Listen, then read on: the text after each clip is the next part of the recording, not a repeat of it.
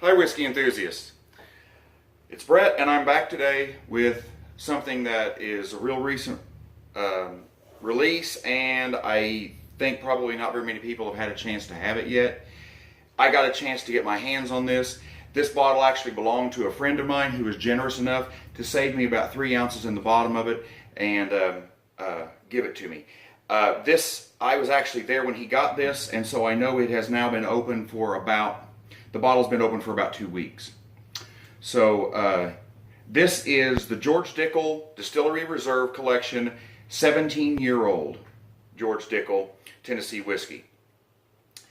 It is bottled at 43.5%, and I'm very interested in trying out this. I will tell you that I am in general not a big fan of Dickel products.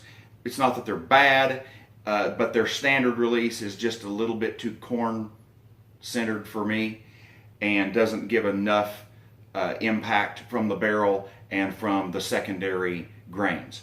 So that's where I come from as it approaches Dickel, and I am very excited about the idea of this 17-year-old, hoping it'll be quite different and that I'll really like it. Let's see what this tastes like.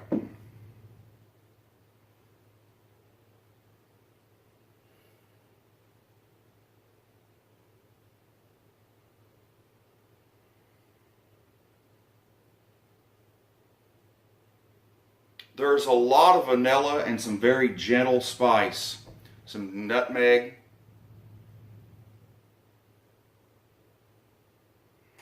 There's a buttery scent to it also.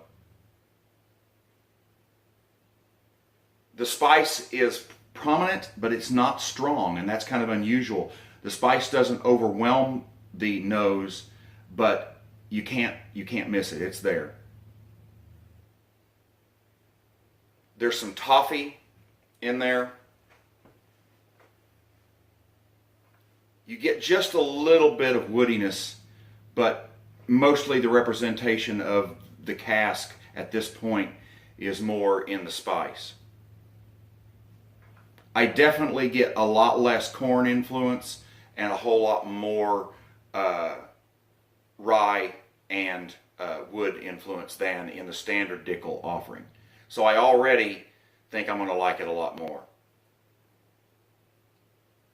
This is way more like a Kentucky bourbon than what most Tennessee products are. All right, let's see what the flavors are.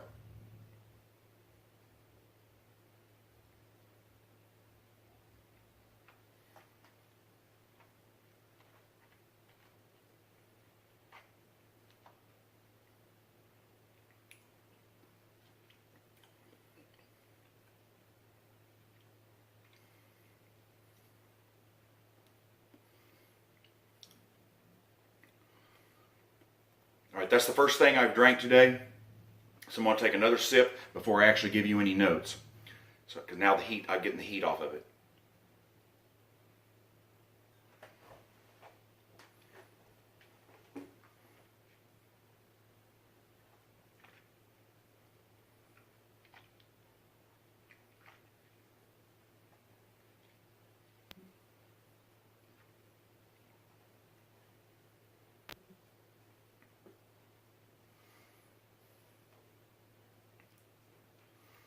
All right, you get a little bit more corn sweetness on the palate than you did on the nose, but there's still a big influence of vanilla, and the spice comes forward even more than it did in the nose.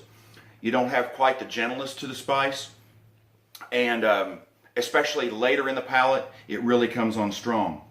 Where I had nutmeg primarily in the nose, the palate is a really strong cinnamon and even a little bit of clove. There's some black pepper towards the end of the palate, and kind of a butterscotch note in there, just a little bit. It's not very prominent.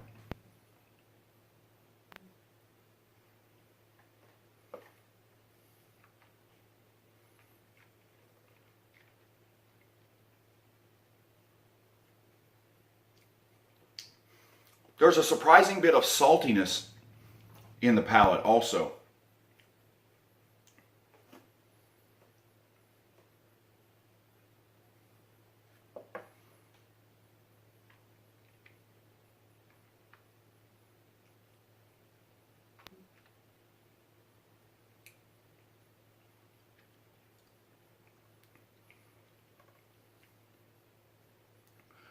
And as I'm prone to do, at the very end of the palate and into the to the finish, I'm getting just a little bit of a leathery note. And I think that's something I'm quite sensitive to, because those of you who have watched very many of my reviews will find that in bourbons, I get that an awful lot. It's not something I hear quite as prominent with most other reviewers.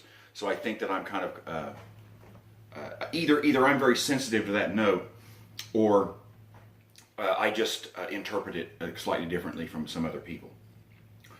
The finish is buttery and creamy with a lot of spice. You get a wood note.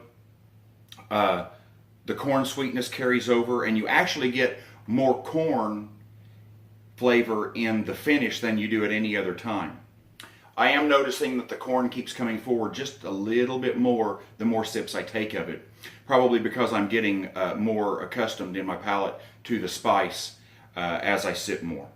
As I said, this is the first thing I've drank today, so my palate was completely virgin for this day.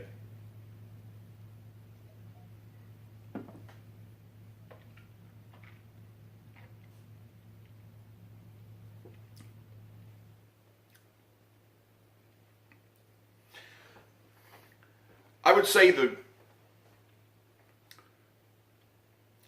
the finish is probably a short medium. It's not very long, but it's not unsatisfying. As I said, it's a little bit corn-centric, but you do get a little bit of the spice, but it's way more creamy.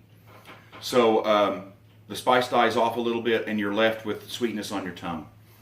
There's not, once you get past the first sip or two, there's not a lot of burn to this.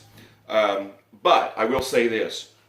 For something that's bottled at 43.5%, I think it has a lot of flavor. I actually would have expected at this proof for it to be a little weaker on flavor than it is. This actually kind of comes in for me at more like as if it was 49%. So I think it holds up well, and it shows itself. Now, I will tell you that as far as Tennessee whiskey goes,